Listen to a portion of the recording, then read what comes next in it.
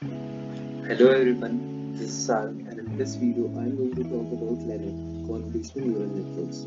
This video is part of my summer term GAN course assignment. So starting with the history of LeNet architecture, LeNet was the earliest convolutional neural network. The model was introduced by this man, Yann LeCun, then a researcher at AT&T Bells. This model was developed for recognizing handwritten digits in images. Developed in 1998, the work was represented the culmination of a decade-long research developing the technology. In 1989, LeCun's team published the first study in successfully training CNN by backpropagation. At the time, LeNet achieved outstanding results, matching the performance of support vector machines or SVMs, then a dominant approach in supervised learning. LeCun's model achieved an error rate of less than 1% per digit.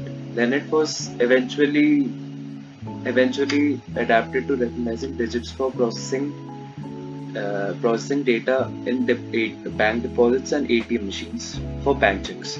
To this day, some ATMs still run the exact same code that LeCun and his colleague Leon Boutou wrote in the 1990s. As I discussed earlier, the LeNet architecture was developed for understanding the handwritten digits on bank checks and ATM machines.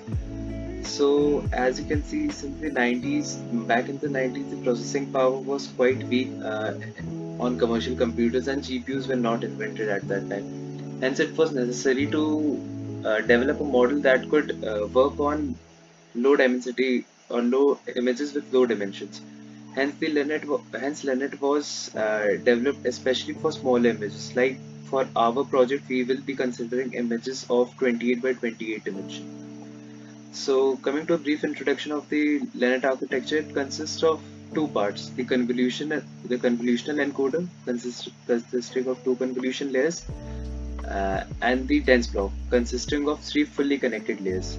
The convolutional encoder consists of two convolution layers and also two pooling layers. Here we will be using average pool layers, but in the original work of Yann LeCun, he did use two max pool layers. So going into the layer structure of the LeNet architecture, you can see here. Here is the layer structure of the LeNet architecture that can help you understand it quite well.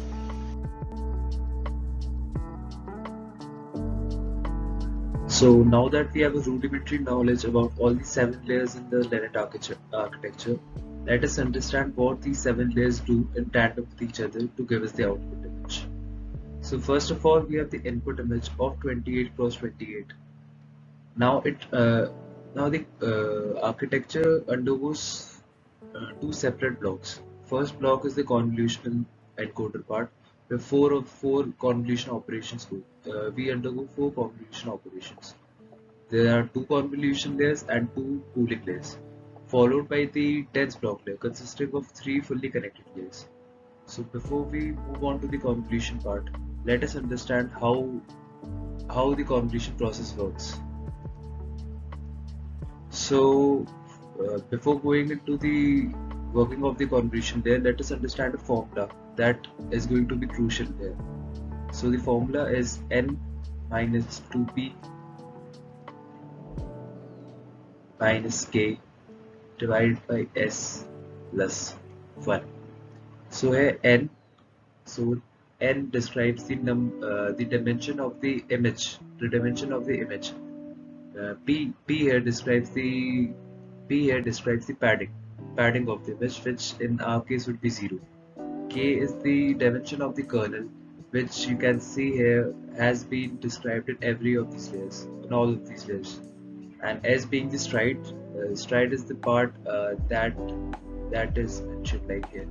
You can see, and where it is not mentioned, we will assume it as 1, and followed by solitary 1. So in the first layer, the first convolution layer, we see that the calculation will go like this: 28 minus the kernel size, that is 5, divided by the stride being 1 and plus 1. So we get a 24 cross 24 image. 24 cross 24. 24 cross 24 with six channels. 24 cross 24 into 6. Going by the same process, we have the average pool layer with stride equal to 2. So 24 minus what's the 24 minus 2 divided by 2 plus 1 being 12. So we have a 12 cross 12 with a 6 channel. 12 cross 12 into 6. Again a convolution layer.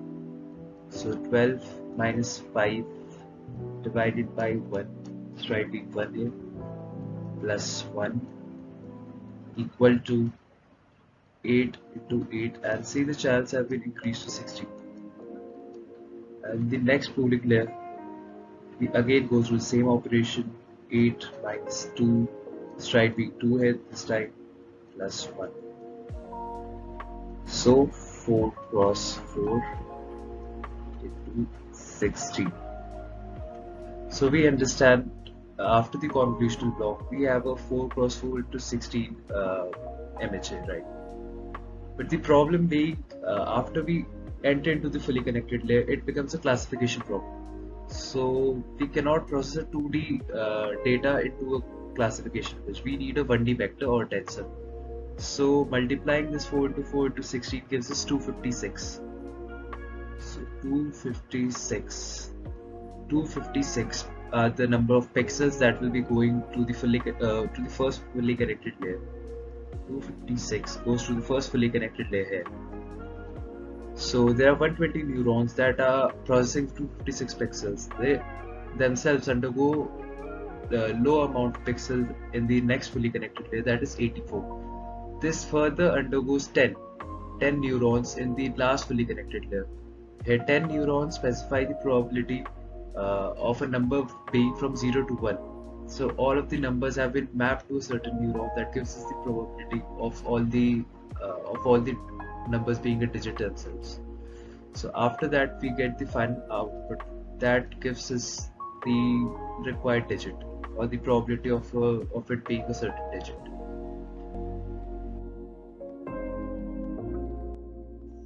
So moving to the code evaluation part of our LeNet architecture, we can see here we are defining the LeNet-5 model. The first block of convolution layers is the convolution block of the architecture, and the second is the dense block consisting of the three fully connected layers as discussed earlier. We can see here in the convolutional layer, we take the input of the image that is 28 cross 28. Here I had to crop it out, but we have defined the input image as well. First the input image goes to the first convolution layer of 5 cross 5 with 6 channels, and the thing that I forgot to say to you, that the input image must have a single channel, that is, it is a grayscale image. Since the processing power back then was quite weak, and uh, really there was no point of getting colored images of backchecks, so LeNet was modeled on grayscale and black and white images. So here we are taking a single channel image that goes to the first convolution of 5 cross 5, which reduces the size of the image to 24 cross 24 with 6 channels. Then it goes through a max pooling layer. So here we are using a max pooling layer, but you can also use the average pool layer as per the constraint and your requirements. So the max pooling layer is of size 2 cross 2, which reduces the size, and here the stride is also 2. That must also be defined. With stride 2, the size further reduces from 24 cross 24 to 12 cross 12 with 6 channels. Then the third layer, that is the second convolution layer, is again of size 5 cross 5, which further reduces the size of the image to 8 cross 8 with 16 channels, and all the activation layer used are relief. We are using the rectified linear activation function. And the last layer of the convolutional encoder part is the second max pool layer, that is of size 2 cross 2, that gives us a final output of the convolution layer as 4 cross 4. So 4 cross 4 into 16 channels is the size of the 2D matrix that we are getting.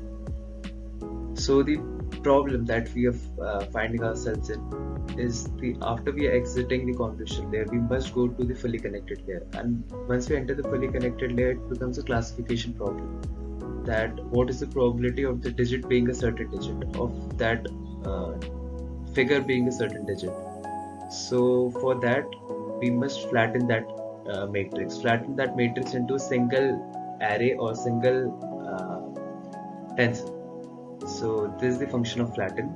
So 4 cross 4 into 16, that is 256, is flattened into a single vector that undergoes the first dense layer or the first fully connected layer of consisting of 120 neurons. It further goes through another layer with 84 neurons and finally goes through 10 neurons.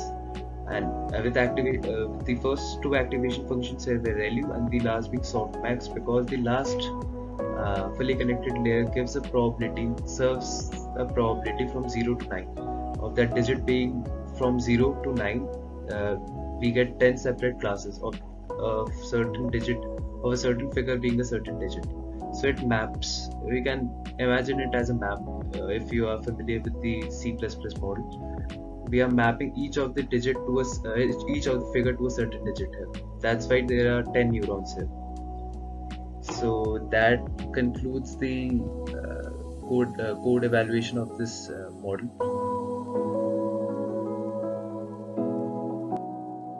So now that we understand the LeNet architecture, we can safely say that the LeNet-5 architecture revolutionized digit recognition by introducing the concept of convolutional neural network for the first time in the 90s.